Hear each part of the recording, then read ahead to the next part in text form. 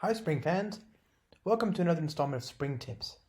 In this installment, we're going to look at Google Cloud and the Google Cloud platform and the support for Spring Cloud and the integration for Spring Cloud and Google Cloud, all the clouds.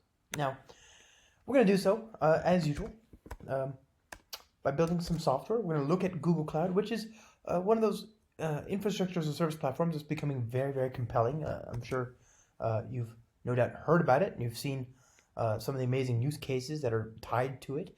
For a lot of use cases, when it first came out, it was cheaper than AWS, right? It was really compelling because it was so cheap. But now it's just become full-featured in of itself. It's got a whole bunch of things that are compelling.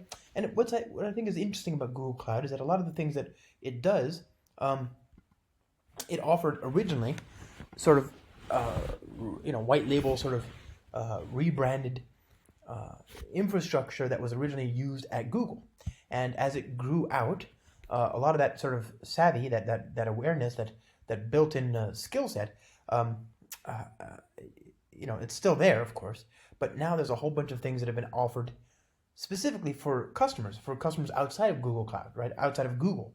And so it's not just a repackaging of existing things that they use inside of Google, but there's also more enterprisey features. And I think that's made this a really compelling sort of, Willy Wonka chocolate factory, right? You've got this amazing, compelling mix of things that are unique to Google, as well as sort of more enterprisey, more traditional, more sort of commonplace solutions. And it's nice to have that mix, right? You can run all sorts of workloads here. And of course, if you're using a platform like Cloud Foundry or Kubernetes, these are things that run nicely on top of Google Cloud. And so we have seen, we've enjoyed a very good partnership with Google Cloud over at Pivotal, because tons of our customers use Cloud Foundry on Google Cloud. So we have here, a lot of different services. We have storage options. We have some unique to Google, some just very common, Bigtable, Data Store, Firestore, SQL, Spanner, all that kind of stuff. We have different kinds of networking and different kinds of operational tools, different kinds of development tools, right, and runtime facilities. We have big data engines. I mean, all sorts of interesting things here. And we can administer all of this from the portal, certainly, or we could use the shell, and you can install the shell on your local machine, certainly, but it's also possible to configure it using this Cloud Shell, which launches in the browser. And so you can see I have already been logged in, and it's connected to my session. If you want to use this on your local machine and you've got the gcloud command line pre-installed, you can just say gcloud like this, and then log in, right? And it'll prompt you to log in. You need to log into a particular thing here. gcloud, maybe it's auth. Let me see.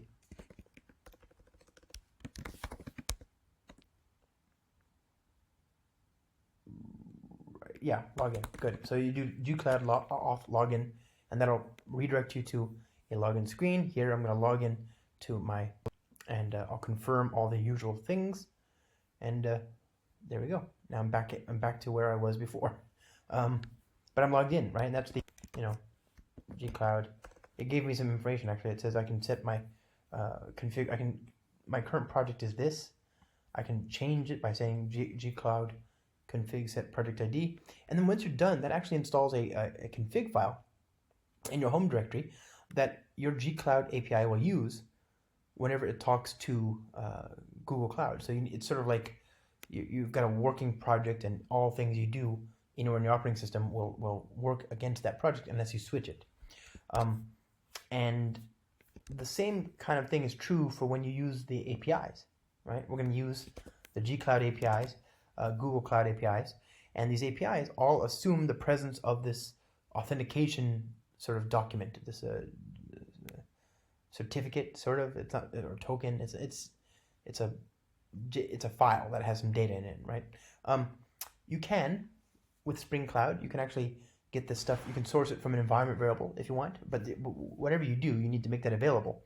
And then Once you've done that, you're authenticated. So there's not different keys per service or anything like that. You just have the Google Cloud configuration for authentication, and you're done.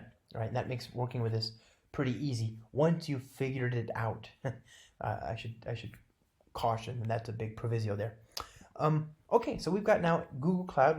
We've seen you've got this nice shell. I've got a bunch of things that I want to do today in our little example, and we're going to use some of the services that have been provisioned here. Let's start with the plain Jane sort of stuff, right? We're going to work with a SQL database, and here you can easily create a number of different types of SQL databases. You've got MySQL and Postgres. Okay, I've already got a MySQL instance here, so I'm going to go back to my shell here, my portal. I'll choose SQL, and there I can see I've got a MySQL database called reservations. It's in US Central 1, and the reservations database has a public IP address and a instance connection name, and the name of the database is called reservations. So there's that. I can look at the overview for the databases, and I can see there's the database. And if I launch the shell, right, if I launch this shell here, connect using Cloud Shell, I can actually get dumped into my SQL instance. I'm going to hit enter, gcloud SQL connect reservations, user root equals whatever, and it's going to punch a hole in the platform and let me actually work authenticated with my SQL instance, which I think is really cool. I mean, that's just it's very convenient. You can actually get access. You can actually configure the firewall and talk to it from outside if you like, but it's just really compelling that I can do it from within the portal, right? And that's one of the things that I think you'll find is true for Google Cloud and for Microsoft Azure, is that working with a portal is very efficient, right? You can get a lot of stuff done there. So I'm not going to create a brand new instance of MySQL, because for reasons I'll never understand, this takes minutes. It takes several minutes to create a brand new instance of Postgres or MySQL, and it's just a single instance. You know, it's just a single node. But if I want to use the highly available, highly consistent, multi-tenant a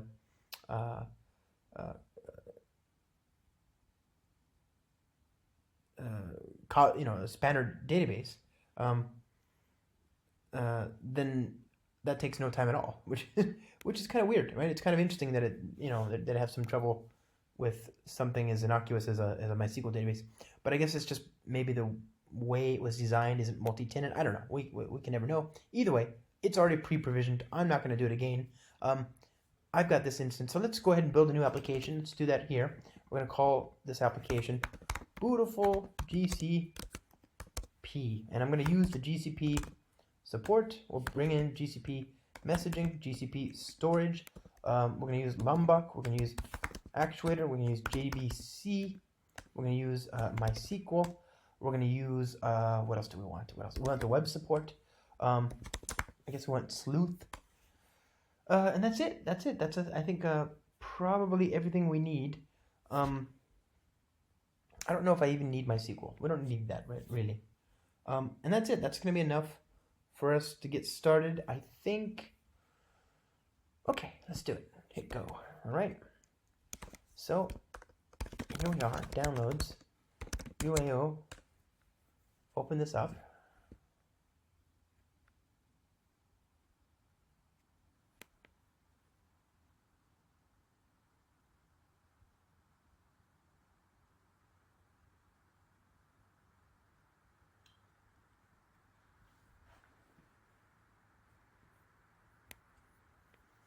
And first things first, we're going to build an application that talks to my MySQL database.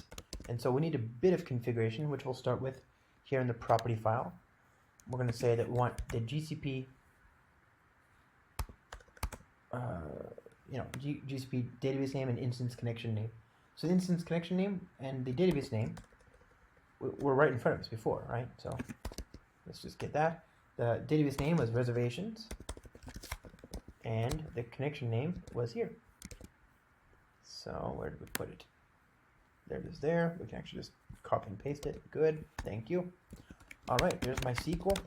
And we're gonna go to our Bootiful GCP application and write some code to write some data to that database, getting data out of the the SQL table. So let's look at that. Now that we're in the shell here, let's look at that. We'll say, well, first of all, we'll say show tables. Sorry, show databases. Okay, use reservations. And then there we'll have the ability to show the tables. Select all from reservations. And there we go. We got some data in the application, and you know, an ID column and a name column. So let's go back to our application. We're going to create an entity to manage data of that type, like so. At data, at all_args constructor, at no_args constructor, and here I'm going to just create a long ID and a string name field. Okay, so private string name, and that's the essence of what I want to express, of course. That's it. That's my simple little DTO, and I'm going to create a demo here. Class MySQL demo, and it'll just be a bean that will get invoked when the application starts up, like so. Public void demo, throw the exception, and it'll be a regular spring component rather. And all we're going to do is we're going to use the Spring Framework JDBC template, okay, the venerable, tried and true JDBC template. So there's that. Okay, and we're going to say stream dot of, you know, Ray. Actually, we want to query the data. That'll be even easier. So let's just say JDBC template dot query.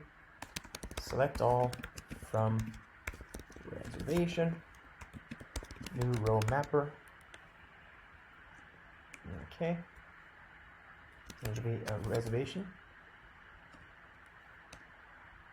And there we go. There's our DTO that we're going to return. I'm going to use a row mapper. Say rs.getLongID, rs.getString name. Alrighty, replace that with a lambda. And there we go. Okay. And now what I want to do is I want to just visit each one of those, and I'll just log it out. And in order to log it, I'll use a logger from Lombok. So I'll say log for J2. And we'll then visit each one that comes back for each log info. Okay, run this. Let's see what we get. Oops, come on. Now it's going to start, but in the meantime, you know what? I think I like this inside the class, so it's scoped private static. And voila. So let's see, it wants me to configure a URL. Do I have to? I think I already did everything I need. Oh, I need to actually add the MySQL starter. That makes sense. Okay, so it's telling me right there and there what it wants, and I'm sitting there just kind of staring at it, wondering what it wants. So, Spring Cloud, GCP, whoa. Starter SQL, MySQL. And we're going to get rid of that. There we are. And now we can restart the application.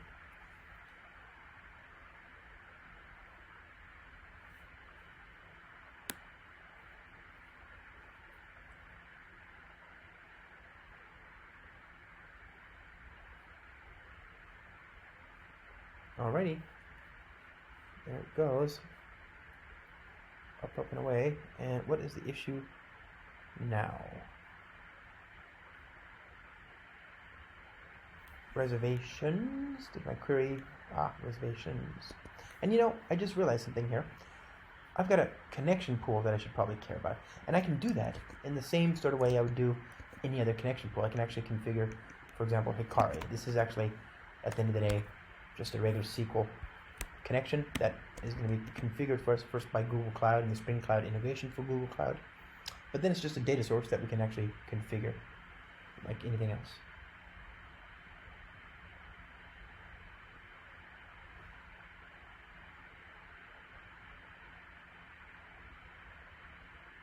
Okay, look at that. There's our data. Starts up, Violetta, Josh, myself, Marcin, Olga, Dr. Sire, Ray, Red Sang, my friend at Google. So we've got now just data, right? Very easy to do. Now, of course, you might be wondering, I can spin up a MySQL instance anywhere, and if you know me, you know I'm a big fan of using the differentiating services that are available on each of these platforms. Be as portable as possible. Otherwise, use Cloud Foundry, use Kubernetes for your apps, for regular line of business apps, for regular apps, and indeed, there's no reason to tie yourself to a platform when you can do that in a technically easier, less cost alternative. But if you are on the platform, then you should absolutely, if you need to, exploit the things that are compelling about that platform. Take full advantage of it. And so MySQL is interesting, but I can run MySQL any of a number of different ways, and I can even do so in a highly available way. This isn't necessarily the best way to run MySQL that's ever been created. Instead, when I go to Google Cloud, one of the things I want to take advantage of is Spanner. Now, Spanner is a so-called NoSQL data store that was developed and kind of quietly announced in 2012 in announcing some other thing by Google. Spanner is being used inside of Google for a lot of different projects, and it was born, I think, to read sort of the literature on it, it was born as a sort of result or as a sort of reaction to what they had sort of discovered anecdotally within Google, which is that a lot of large websites, a lot of different projects within Google needed scale. They needed the sort of big tables-like scale that they had gotten before in Google, but they didn't want to have to reinvent primitives to support consistency, things like transactions, right? They didn't want to have to reinvent all these primitives to get that, but they did want the high availability, they did want the scale. So they had something called Megastore. Megastore, while it served a lot of the use cases that people had within Google for their particular use cases, it didn't offer nearly the same level of scale, but that's okay. It was good enough even for Google. And so people chose that seemingly inferior technology because it allowed developers to get, interesting work done as opposed to spending all this time reinventing all these basic primitives on top of Bigtable. And so as a result of that, I guess they eventually decided, well, we need to, it'd be nice to have something that provides all these things. So Spanner is a globally available, consistent, and distributed, replicated data store. Now, to hear me just say that, didn't you just say, Josh, that that's a database that solves consistency, availability, and partitionability? Are you sure you understand what you're saying? And yeah, I kind of scratched my head at that at first as well. It does seem to be a bit of a quandary. How does it solve the cap problem? And the answer is that it doesn't, right? It doesn't really solve the cap problem. It doesn't actually somehow get all 3 out of 3. What it does do is that it takes advantage of incredible, space age sort of data center technology that Google have, and incredible connectivity between data centers, fiber connectivity between data centers, and it uses a log that reconciles things based on timestamps, and those timestamps are incredibly accurate. They're based on atomic clocks and GPS signals, and I mean all sorts of interesting stuff that you wouldn't have in a stock commodity data center. These things are what allow Google to sort of cheat. They kind of fudge. It gets all 3 of those things because it's fast enough that it effectively gets all 3 of those things, right? But it's not actually solving the problem, but the point is it's good enough. It feels like it does, right? And this is just one of those things where just straight up, we're not going to have the ability to run a Spanner even in our data center. Even if we had the software, even if Google gave us the software, you're not going to get the same effect. This is one of those things where you should just let Google do it. They're good at it. They've got the infrastructure. They can run this at the level that they need to run it to be able to make it worth using, and that's just one of those sort of innovations that you get by building on that platform. So let's do that. Let's use Spanner here, and we're going to use the Spring Cloud GCP Starter Spanner, or maybe it's Spring Starter Data Spanner. Okay, so either way, we'll say okay, and We don't need this, but we do want data spanner. Okay. Good. There's my spanner dependency.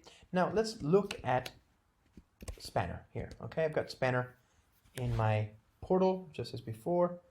You go here, you can see it says, well, it says spanner.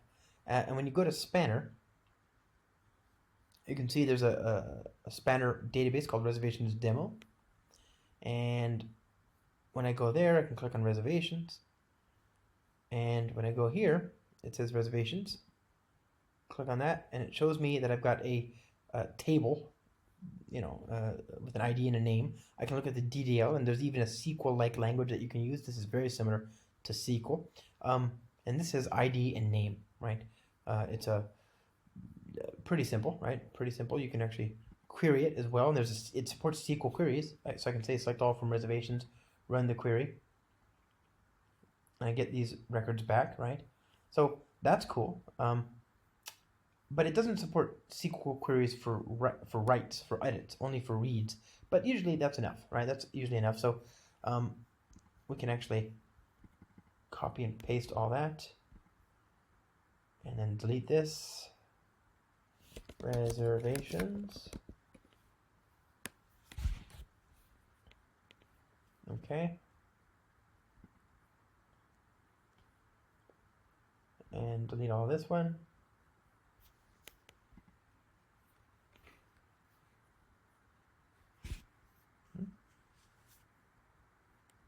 Oh, no, I want to delete.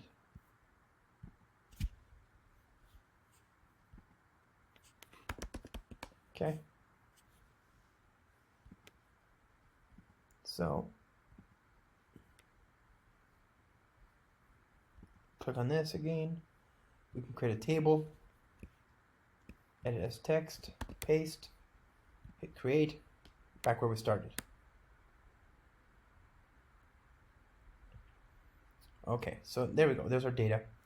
We're going to create it, and now we can actually talk to it from our application.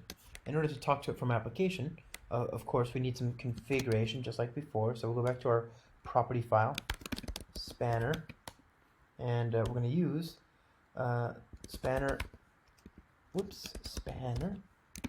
instance ID. And to get the instance ID, we can go here. And the instance ID is the reservations demo. That's this up here. So reservations demo. And then finally we need the database. So spanner database equals reservations, right? All right, good. So there's our configuration for spanner. And now with that done, we can create a document to manage our data in using Spring Data. And so here, we'll give it a field called ID, a field called name, and this is going to be a string. And the reason is because we're using a highly distributed, highly available data store, and so monotonically incrementing integers or numbers or longs, these kinds of things, they don't really work well in this kind of environment. So we need to provide a unique ID, and we're going to do so using a UUID, which is a string. So this will be a thing that we're going to map to a table. There's a name. It's going to be called reservations, like so. Use @data, @allargs constructor, @noargs constructor. And then we're going to create a repository, as always, to persist instances of this data into the database. Okay, so we're going to use a spanner repository, managing entities of type reservation. There we go. Okay, primary keys of type string. And now I want to save some data to the database. So spanner demo @event listener application ready.event public void and data. Oh, sorry, this will be a component. And what are we going to do? We're going to write some data. So we're going to need to inject our spanner repository here and put that in the constructor. And first things first, I want to delete some data. So this delete all. And then finally, I'm going to write some data. So we'll say stream.of Ray, Josh, Olga, Violetta, Cornelia, Dave, Mark, Madura, Andy. Okay, so there's a few people, and what I'm going to do is I'm going to map each one to a new reservation. Null name. I'm going to map each one of those to a record in the database. Res. Alright. And I just want to visit each one that I've done, and I'm going to just confirm it by using a logger. So I'll say at log for J2. Okay. Log :info. Et voila. Okay. And we're going to restart.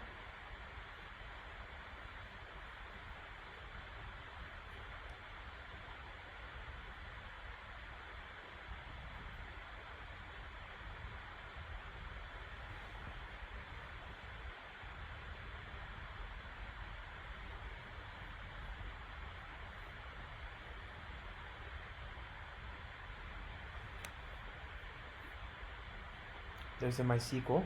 Whoops, what just happened? ID must be not null. Aha. So what I did wrong is I forgot to provide the UUID, which I even predicted would happen, and I forgot to act on it. So restart. That was a silly, unforced error. I'm sorry about that.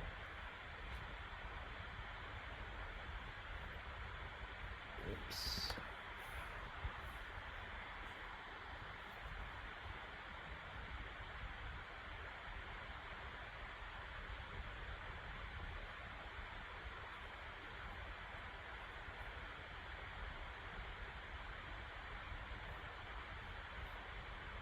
Okay, there's the MySQL stuff, and there is our spanner data, right? And we can actually confirm as much by going here and doing a query. Run the query. There it is. Dave, Madura, Violetta, Mark, Olga, Ray, Andy, Josh, Cornelia, etc. Okay, so there we go. Not bad, huh? We got some data in the database. Now that's just data. I wouldn't mind. I want to store some data as well. And so, you know, what can we do here? Well, I suppose we could use I want to store image data, like binary data, right? And so, one way to do this is to use the storage service there in Google Cloud. And so, I think we should do that. We can store data. We've already got this storage service here, right? And we can store it under let's see, browser.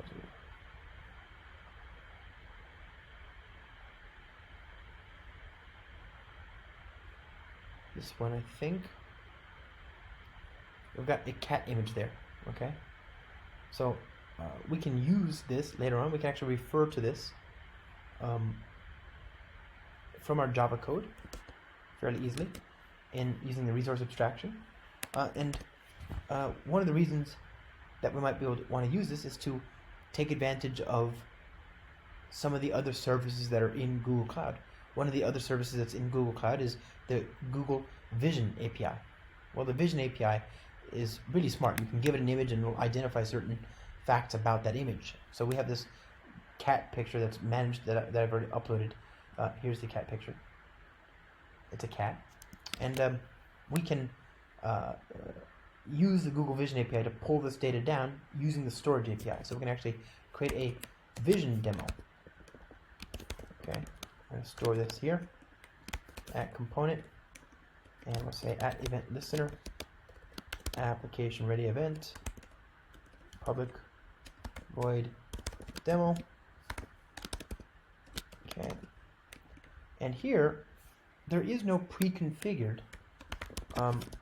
auto-configured sort of API for Vision. We have to actually do this work ourselves, but that's okay because this is one of those things where, by virtue of the fact that we're using Spring Cloud and the GCP integration for Spring Cloud, the authentication auto configuration already results in us getting a credentials object that we can then use to authenticate to other Google Cloud APIs, even if those APIs don't themselves have integrations in auto configuration in the Spring Cloud GCP project. So what we're going to do is we're going to first define a bean of type image annotator client. Actually, what I need is the vision API first. So vision, I think that's it. Is that right? I want to believe that's right. You know what? I'm going to go with it. Let's just leave it. We'll leave it in. It's probably fine. It's probably fine. So we're going to create a bean type image annotator client, and I'm going to inject the credentials provider. Make sure you get the right one there. And we're going to say return image annotator client using that. And we'll use .build, no, image annotator client dot create. We're going to come back to this.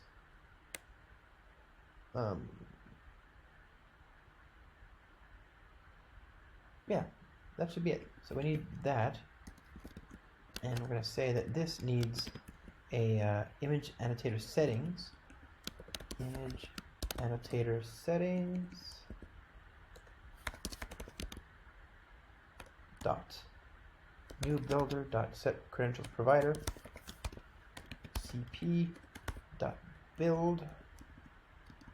Okay, and we can throw an exception if we need to, shake off any red squigglies.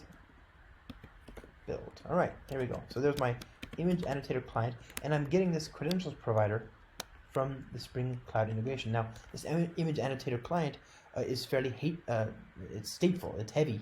I actually, for some reason, I contracted that as hateful. It's stateful and heavy, which is, yes, I agree, a little heavy and a little hateful.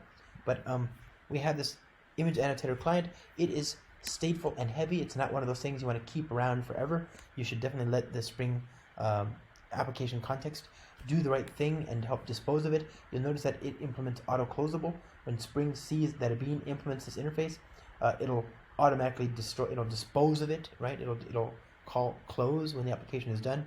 This is great for example with try with resources, that kind of thing. And in Spring, it understands that in the same way that it understands pre-destroy, right? Or disposable bean.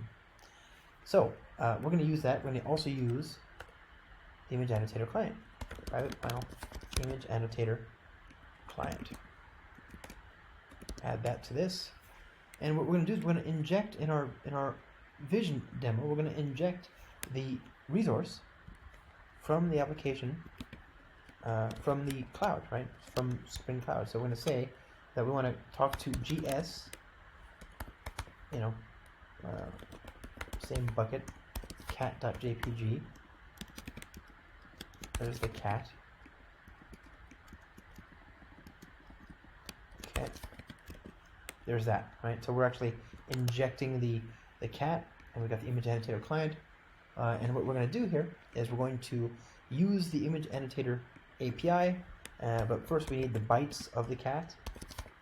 Okay, equals file copy utils dot copy bytes to array cat dot get input stream.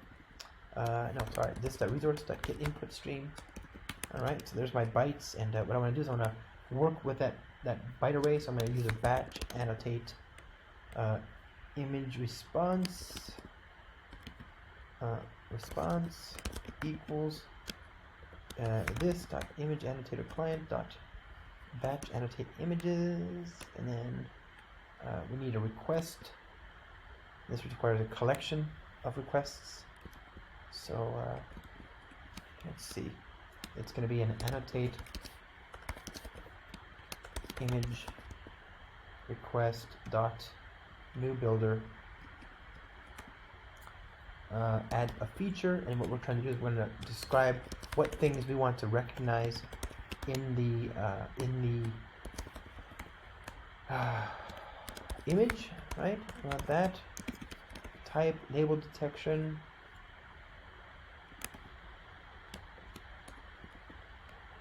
And we want this to be the data that's coming from the bytes here. So image.newBuilder.set content. I'm going to create a byte string out of it. Copy from, right? Yeah. Cat. Right, okay. Good. So what do we got? What do we have here? Let's see. Let's store all that. There's the image data. I guess we're going to build. Yeah, build.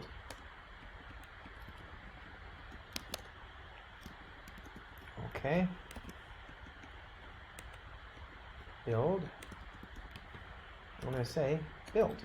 Okay. Oh, we need a collection of these, don't we? So collections.singleton-list build. There we go. And what does that give us? That gives us a response. And what I want to do is just log out the results there. So I'll say log.info. And of course, we don't have a logger, so let's just inject that here. Log for J2. Okay. Log.info.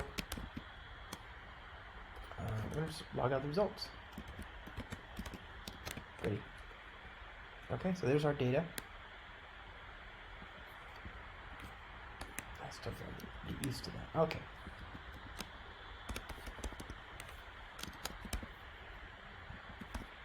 Okay, good stuff. Now, let's see. Let's run this and see what we get when we run that.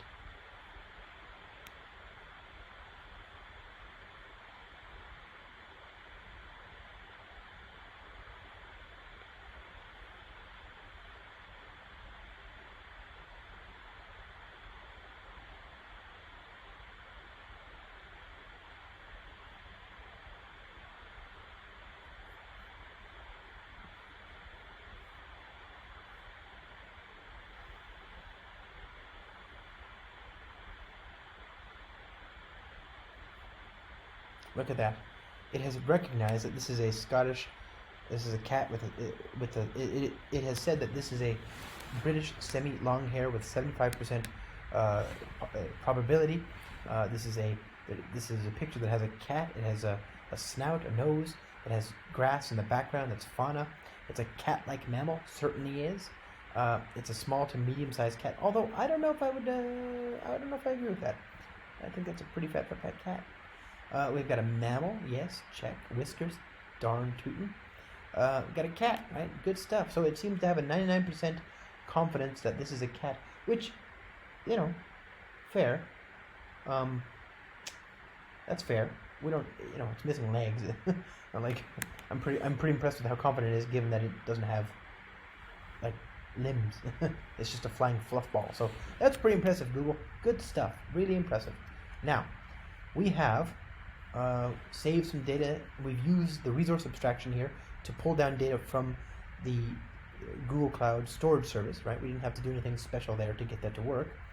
And that's cool. I like that. You know, there's a bunch of other things we could do. I guess the next thing we could look at is messaging, integration. Let's do that one, right? So, you know, it's very easy to connect services with Google Cloud because they have Google Cloud Pub Sub. So we can actually take advantage of this as long as we add the right dependency. So we need the Google Cloud, the Spring Cloud GCP Starter Pub Sub, right? So Spring Cloud GCP Starter Pub Sub. All right, goodbye. And we're going to need some property configuration.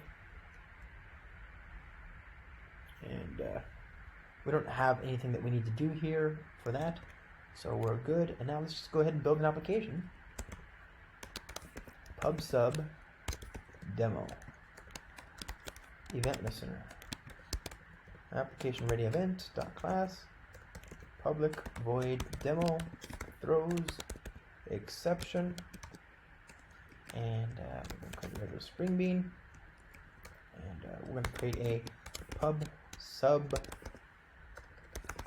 subscription pub sub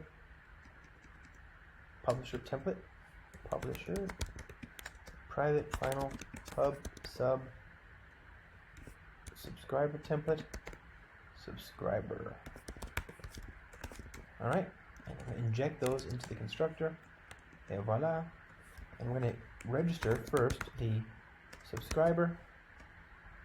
And what we're going to do is we're going to use the pre-provisioned subscription and topic that we've got here in Google Cloud. So let's see what we got here. Where's my pub sub?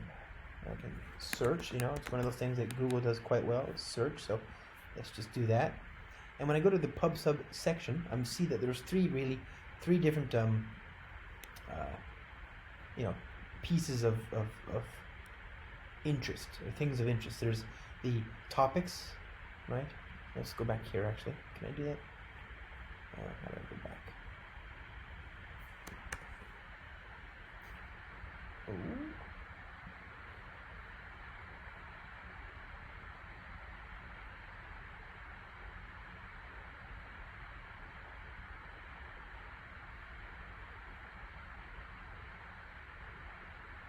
Pub sub. There you go.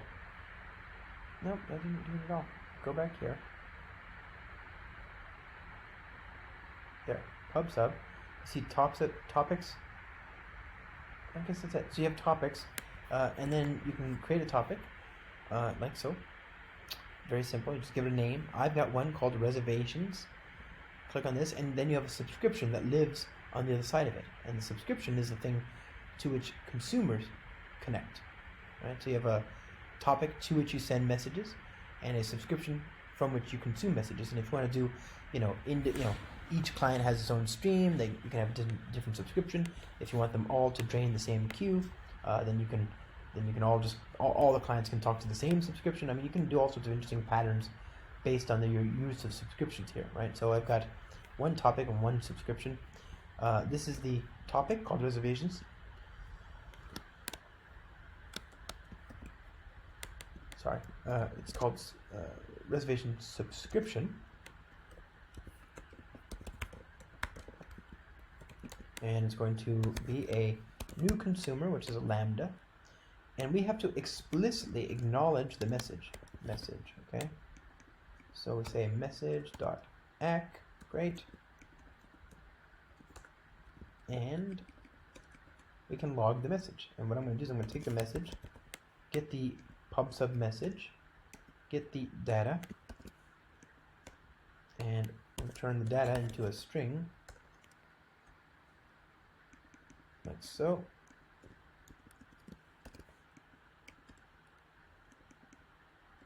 Okay, I'm going to log that out. We need a logger as usual.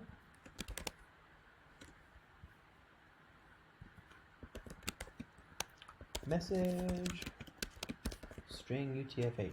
All right, good stuff. So there we are. We're just logging the receipt of a message. This, of course, lends itself nicely to a lambda. Very cool. Much cleaner. So we're subscribing to a message. Now let's actually send a message. So this time we're going to say publisher dot publish, and we're going to send this to the subscriptions topic, and the message will just be a string, instant.now.toString, and voila. Okay, so we're going to send the message, get the subscriber, and that's it. That's the basis of a demo. It's a very simple demo. Obviously, in a real distributed system, you'd have one sending messages to the other, but here I'm just choosing to demonstrate the concept within the same JVM process, which I think works just fine, but it's a little atypical. Fair enough.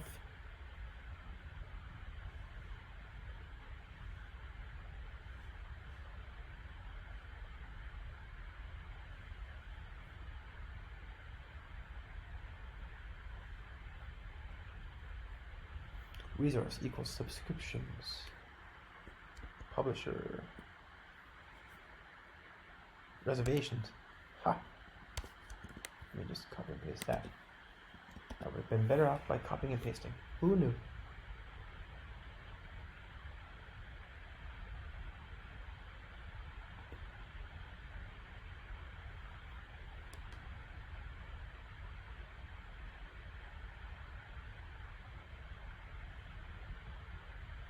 Okay. Message. Hello. And we got the message, and there are There it is. Okay. Now, we've got a application that talks to two different data stores. We're able to upload images and read. We're able to read images. We're able to do image analysis. We're able to do integration and messaging. I mean, we can do all sorts of interesting things with Google Cloud, and you can see it's fairly trivial to throw these things together. I would say normally at this point that we're ready to go. We're ready for production, man. But that's not always true, is it? First of all, being code complete is not the same as being production worthy. We certainly have not cared for observability. And so one thing I like to do is to get, all eyes on the behavior of this application. And one way to do that is to support the Stackdriver sort of suite of observability tools that Google Cloud provides. So if you go down here, there's a whole bunch of nice tools here that we can look at. So let's do that. Let's actually bring in two different dependencies here. One is Spring Cloud GCP Starter Trace.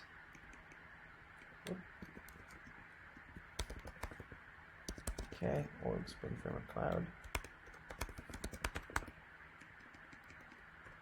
Alrighty. And the other one is Spring Cloud GCP Starter Logging. Alrighty. So what those are going to do is they're going to automatically send information for me to the distributed tracing platform. Now, what I want to do is I want to trace information in the application. And normally what I would do in this case is I'd set up Spring Cloud Sleuth and Zipkin. Zipkin, of course, is a distributed tracing platform from Twitter that we are privileged enough to have the opportunity to contribute to. We sponsor some of its development, right? And so, if you ever use Sleuth, if you've ever used it, you know that it's a generic abstraction for which Zipkin is a compelling implementation. Zipkin was inspired by the Google Dapper paper, right? So Google's Dapper paper is what actually set Zipkin in motion, and we can take advantage of that. The same learnings that led to the sort of evolution of Dapper have also taken place, as you can imagine, at Google, almost 8, 9, 10 years on. And so what we're going to use here is the successor to that, okay? Stackdriver Trace. So one thing you need to do with Sleuth when you use it is to configure what percentage of the requests you want to trace. So what I'm going to do is I'm going to build a simple little endpoint. Again, pretty simple. I'm going to build an endpoint that calls itself just to drive some traffic. So let's create a simple greetings REST controller. Okay, and this will just be a REST controller that we're going to instrument. It's going to be using a REST template that is going to be instrumented by Spring Cloud Sleuth. So we'll go here, @bean REST template, return, we want to new REST template, like so. Okay, so this is my REST template, and Spring Cloud Sleuth will automatically configure an interceptor that perpetuates trace information. Now, in the Sleuth parlance, in the open tracing parlance, you've got a trace, which is the aggregate journey from A to Z, and you have each individual hop along the way from one node to another, from one logical component boundary to another. That's called the span. So I've got a REST template, and I'm going to configure it to perpetuate trace and span information. Actually, it's just going to perpetuate headers, UUIDs that correspond to that, and then that'll get published out of band to something that will then aggregate all of it into a big picture. Well, in the Zipkin world, that might be Zipkin, which runs off to the side, connected through a broker. In this case, it's not going to be Zipkin, it'll be Stackdriver Trace. So we're going to create a simple endpoint here called, let's say, client, okay, and our client code is just going to call ourselves. We're going to have a simple endpoint that drives some traffic. So we're going to say, actually, this will be multiple responses. Let's do that. Okay, return stream.of Ray, Dave, Bob, Paul. Okay. What am I doing? Cammy, Kimley, Holden and Cornelia. Alright, so there's a few names, and what I'm going to do is I'm going to map each name into a request that's going to be sent over the wire to myself, okay, to another endpoint in the same class, silly though it is, giving it a name, greet, path variable, string name, hello. Alrighty, okay. And we're going to write a record here. We're going to create a record, private, final, string, call, string, name. And we're going to use a REST template, aren't we? So private, final, REST template. And that's the constructor. And here we'll say this dot rest template dot get for entity HTTP localhost 8080 greet name string dot class name. Right? Is that right? It looks right. Okay, and we're gonna get the body. Return that. Okay, so I'm gonna say call for name, and what I want to do then is collect .toList. Okay, so I'm just calling a bunch of names. I'm actually calling myself. I'm just driving some traffic. Every time somebody calls client, I'll drive, X number of records. Now, each time that happens, I want to also log some information out to the console. So I'll say log.info, and I'm going to use log4j as well. Here we go.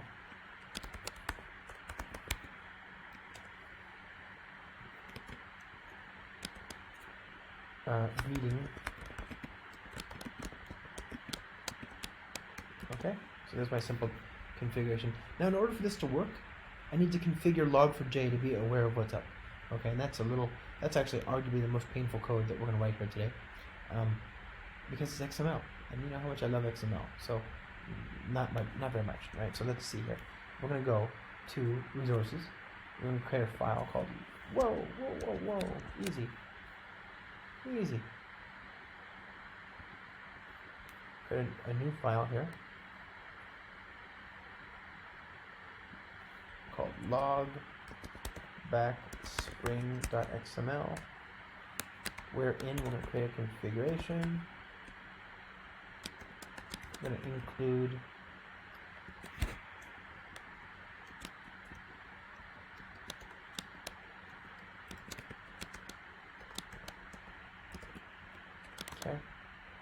going to include a resource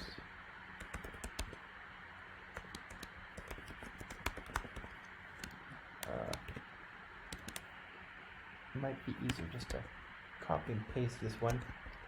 So cd code spring tips Bootiful GCP source main resources. Okay.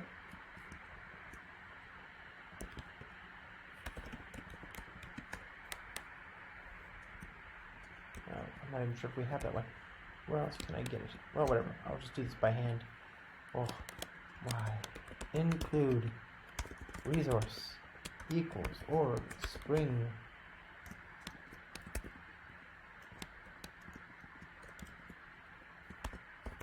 framework boot logging log back base.xml. Wow. Okay. Easy, I guess. Spring Framework Cloud, GCP, auto configure, logging, log back, appender. Okay, so I'm just, this is in the documentation somewhere. It's not pleasant, but it does work, and it's one of those things where you just got to get it right once, and then you're fine. Appender ref equals console Okay, and then we want the stack driver. Good. Okay, looks fine to me.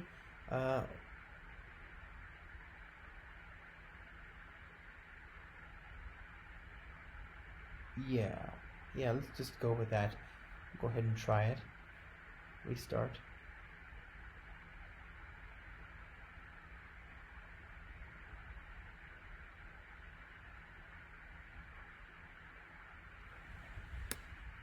Whoops. Oh, we changed the logging, so there's this exception that's now there. We can ignore that. That should go away. So now,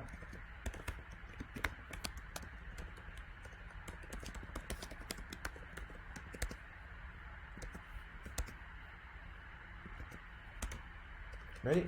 Let's see what we get. We can see it says hello Ray, hello Dave, hello Bob, hello Paul.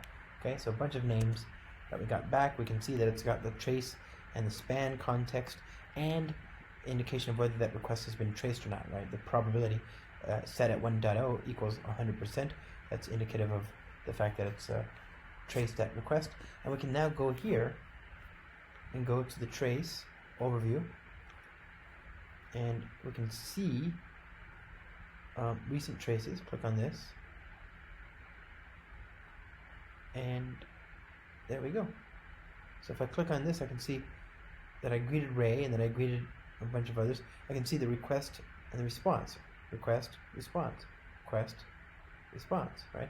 And even better, since we have the logging starter for stack driver trace, I can actually click on show logs, and now I can see the logs that correlate with the times that these messages were traced, right? Greetings Ray, greetings Dave, greeting Bob, greeting Paul, greeting Tammy, greeting Kimberly, greeting, etc. Isn't that cool? It's really just nice, and I've got the context associated with each request here as well. What does that do? Oh, that's nice too. Look at that. I think I prefer the other way, but either way, that's cool. So, my friends, we've looked at just a few things you can do with Google Cloud. I've only, of course, begun to scratch the surface. We looked at boring things like MySQL, unique Google scale things like Spanner. We looked at APIs that aren't directly supported by Spring but are interesting and are accessible now that the authentication is handled for you in this sort of convenient way, like the Google Vision API. We looked at integration and messaging, and then we looked at observability and how that's supported by the Stackdriver suite of tools in Google Cloud. So, a lot of good stuff here. Just a lot of good stuff in the Spring integration for Google Cloud, and of course there's more on the way. I certainly think these things are compelling, and obviously they make a great pairing with something like a Cloud Foundry, because there you can run your apps the easiest, most concise way possible, and then take advantage, and feel free to take advantage and fully exploit the things that make the platform valuable. So with that, my friends, as always, thank you so much for watching, and we'll see you next time.